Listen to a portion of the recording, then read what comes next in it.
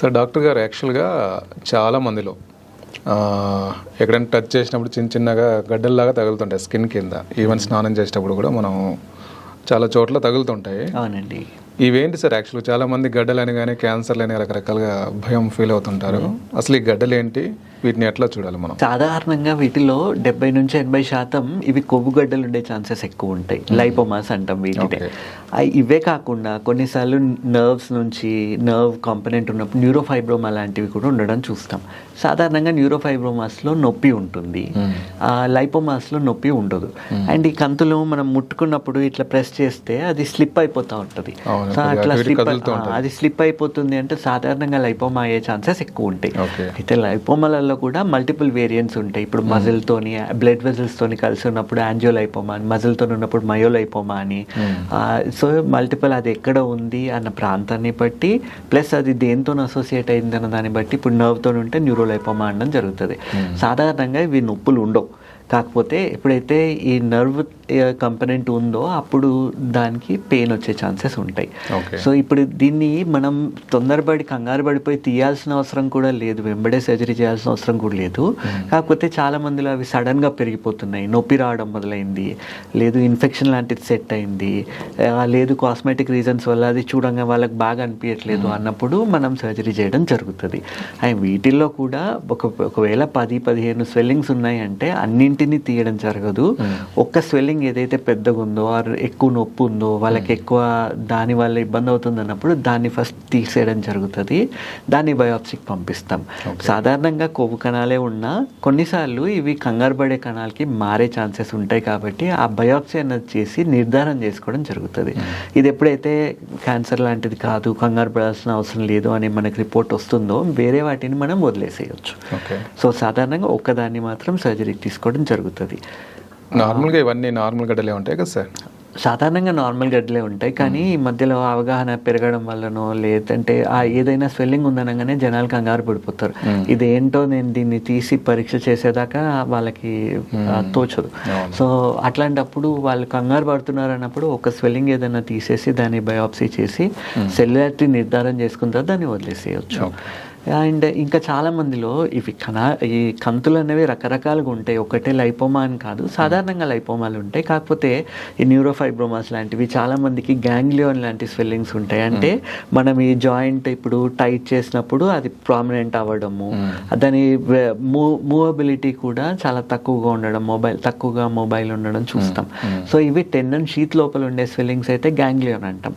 So వీటిని కూడా ఏంటి ఒక ప్రాపర్ వేలో తీసేస్తే ఇవి మళ్ళీ రావడం అన్నది జరగదు.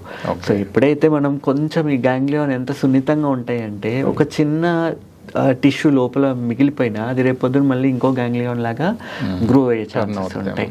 సో రకరకాల కంతులు ఉంటాయి. సో కంతులన్నీ అవి ఉన్నాయనగానే దానికి మనం సర్జరీలు చేయడం ఫస్ట్ లైన్ ఆఫ్ ట్రీట్మెంట్ కాదు. ఫస్ట్ సర్జరీని కలవాలి, వాళ్ళు ఎగ్జామిన్ చేసి అవసరమైతే చిన్న ఎఫ్ఎన్ఏసి ఇలాంటి టెస్ట్ చేస్తాం. ఎఫ్ఎన్ఏసి అంటే ఫైన్ నీడిల్ ఆస్పిరేషన్ సైటాలజీ అంటే ఒక చిన్న సూది పరీక్ష లాంటిది చేసి సెల్లారిటీ చూసుకుంటాం. అది సస్పీషియస్గా ఉందనిపించిన మనకి ఏదైనా క్లినికల్గా తేడా ఉంది. ఇప్పుడు నార్మల్గా బినైన్ స్వెల్లింగ్స్, కంగారు లేని స్వెల్లింగ్స్ ఏవైతే ఉంటాయో వెల్ డిఫైన్డ్ ఉంటాయి. అంటే ఆ మార్జిన్స్ అనేవి మనకు క్లియర్గా తెలిసిపోతూ ఉంటాయి. అదే బ్యాడ్ స్వెల్లింగ్స్ ఉన్నాయంటే అవి కొంచెం ఇన్ఫిల్ట్రేషన్ అన్నది ఉండి వెల్ డిఫైన్డ్ మార్జిన్స్ ఉండవు, ఇల్ డిఫైన్డ్ అంటాం వాటిని. సో అట్లా ఉన్నాయి అన్నప్పుడు కూడా మనం దానికి ఏం చేయాలి ఆలోచించాలి. హ్యావింగ్ సెడ్ దిస్, ఇప్పుడు లైపోమాలలో కూడా ఎన్క్యాప్సులేటెడ్ వేరియంట్ అని ఉంటుంది, డిఫ్యూజ్ వేరియంట్ అని ఉంటుంది. సో డిఫ్యూజ్ వేరియంట్కి కంగారు పడొద్దు. ఆ బేసిక్ టెస్ట్ తర్వాత దాన్ని తీసేయడం జరుగుతుంది. అది క్యాన్సర్ సంబంధించిన ఇది కాదు. అయితే ఇంకొక క్వశ్చన్ ఏంటి, చాలామంది లైపోమాల్ సర్జరీ అంటే క్యాన్సర్గా మారే ఛాన్సెస్ ఉంటాయా అని. అన్ని ప్రాంతాల్లో ఉన్న లైపోమాలు మారవు. కొన్నిసార్లు రిట్రోపెరిటోనియం అంటే మన పేగుల వెనకాల, ఇప్పుడు మన పొట్ట లోపల పెరిటోనియల్ క్యావిటీ వెనకాల రిట్రోపెరిటోనియల్ స్పేస్ అని ఉంటుంది. ఇందులో బేసిక్గా కిడ్నీలు, యురేటర్, కొంత పార్ట్ పెద్ద పేగు, పోస్టీరియర్ పార్ట్ ఇవన్నీ దాంట్లో ఉంటాయి.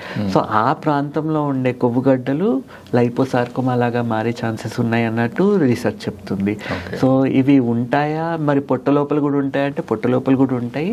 అది పొట్ట లోపల ఉండడం వల్ల ఏదైనా ప్రాబ్లం అవుతుందా అంటే లైపోమాలు ఇంటెస్టైన్స్లో ఉన్నప్పుడు ఇంటర్సెప్షన్ లాంటి ప్రాబ్లం వచ్చే ఛాన్సెస్ ఉంటాయి. అంటే పేగు లోపలికి ఇంకో పేగు వెళ్ళిపోవడం అన్నది. సో అందుకని ఇట్లాంటివి ఉన్నాయి అన్నప్పుడు వాటిని అడ్రస్ చేయడం జరుగుతుంది. పొట్ట లోపల రిట్రోపెరిటోనియల్ పార్ట్లో ఉంది అన్నప్పుడు దాన్ని తీసేయడం జరుగుతుంది, ఖచ్చితంగా తీసేయాలి.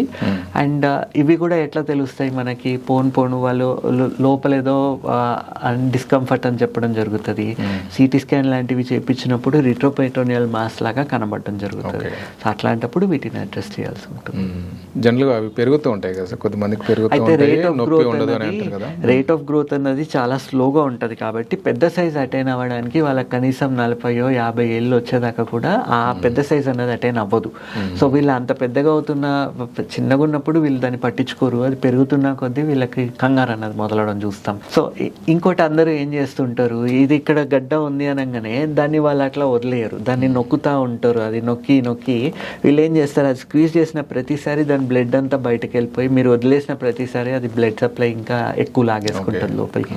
సో మీరు నొక్కిన ప్రతిసారి దాని బ్లడ్ సర్క్యులేషన్ని మీరే పెంచుతున్నారు, అది ఇంకా తొందరగా పెద్దగా అయ్యే ఆస్కారం ఉంటుంది.